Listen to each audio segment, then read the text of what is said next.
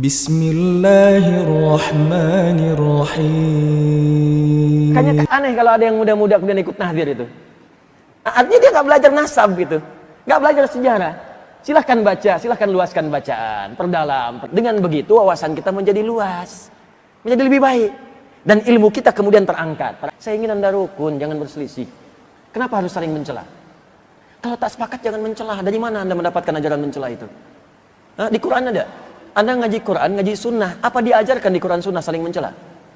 Anda belajar Quran yang mana? Sunnah yang mana? Yang saya inginkan kita hidup rukun. Perbedaan nggak apa-apa kalau beda sedikit. Ya beda dalam dan landasan mengambil putusan nggak ada masalah. Sepanjang dalilnya ada. Tapi jangan sampai kemudian saling tidak mengucapkan salam. Zaman Nabi kan semua didakwahi. Fir'aun aja yang ngaku Tuhan diutus oleh Nabi Musa dan Harun untuk berdakwah dan lembut. Fir'aun ya ngaku Tuhan. Jahatnya luar biasa, hobi bunuh orang. Masih diminta oleh Allah kepada Musa dan Harun diperintahkan, jangan jauhi dia. Dakwahi dengan lembut, jangan kasari dia. Dakwahi dengan kelembutan, itu mungkin sadar.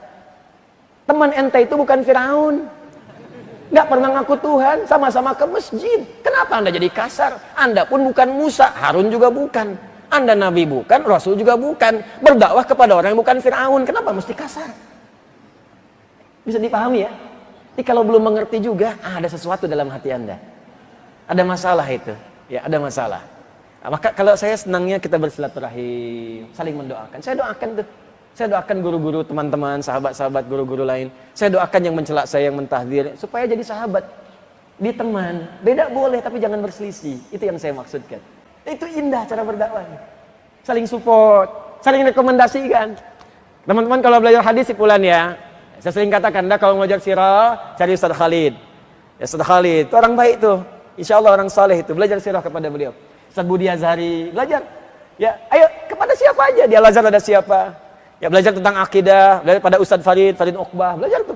Ya, Masya Allah, Alhamdulillah beliau masih sehat. Masih mau mengajar. Ya, belajar. Orang Malaysia aja datang belajar. Belajar kepada beliau. Ngundang belajar. Masa orang Indonesia nggak belajar? Ya, maka silahkan kumpulkan. Saling doakan. Jangan ribut. Nanti khawatirnya ngaji tapi wafat sedang mencela. Jadi ketika Anda misalnya disoal oleh orang lain, Anda dicela, Anda dihina, kemudian Anda maafkan orang itu, Anda lepaskan itu, maka apa yang terjadi? Kata Allah, urusan Anda dengan orang itu akan diputus. Maksud diputus itu Anda nggak usah mikirin dia lagi.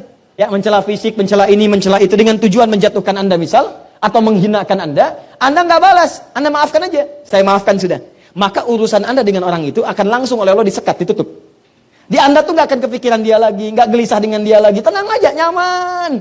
Tapi apakah kemudian dosa dia selesai? Tidak.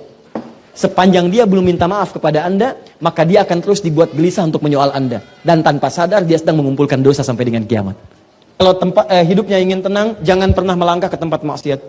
Jangan pernah melangkah ke tempat maksiat atau bersikap sombong dalam kehidupan. Maka Allah akan jamin hidup Anda akan tenang. Jadi satu, jangan memandang yang keliru. Kedua, jangan bicara yang salah. Yang ketiga, jangan melangkah ke tempat maksiat atau berlaku sombong dalam hidup. Anda lakukan semua tiga hal ini sederhana, maka Allah akan jaga ketenangan hidup Anda sampai dengan kembali kepada Allah Subhanahu wa taala. Sekarang perhatikan bagaimana satu ustaz dengan yang lain saling mencela. Jadi kalau ustaznya sudah saling mencela, bagaimana jamaahnya? Ini agak aneh juga ini. Katanya ustaz, katanya belajar, tapi kenapa sibuk dengan saling mencela? Ya, saling menahdir, saling menghina satu dengan yang lainnya. Apa yang mau diambil? Jadi kalau ustaznya sudah mencela, bagaimana muridnya? Ya. Ini hati-hati. Kita berlindung kepada Allah dari hal-hal yang kurang baik. Kalau ada yang demikian kita doakan, jangan dibalas.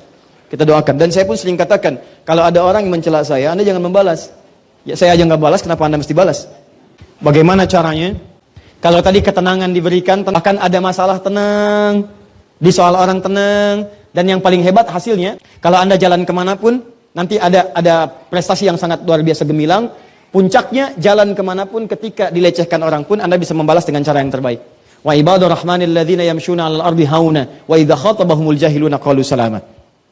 Hamba-hamba Allah yang penyayang itu kalau berhasil latihannya, dia akan jalan dengan tawadhu dan ketika disoal oleh orang, ada yang mencela, ada yang menghina, ada yang macam-macam, yang dia balas hanya membalas dengan keadaan yang lebih baik. Wa idza khatabahumul jahiluna qalu salama. Dia malah mendoakan. Marah tidak, ada yang ngasih hadiah, ada yang ngasih senyuman, ada yang macam-macam.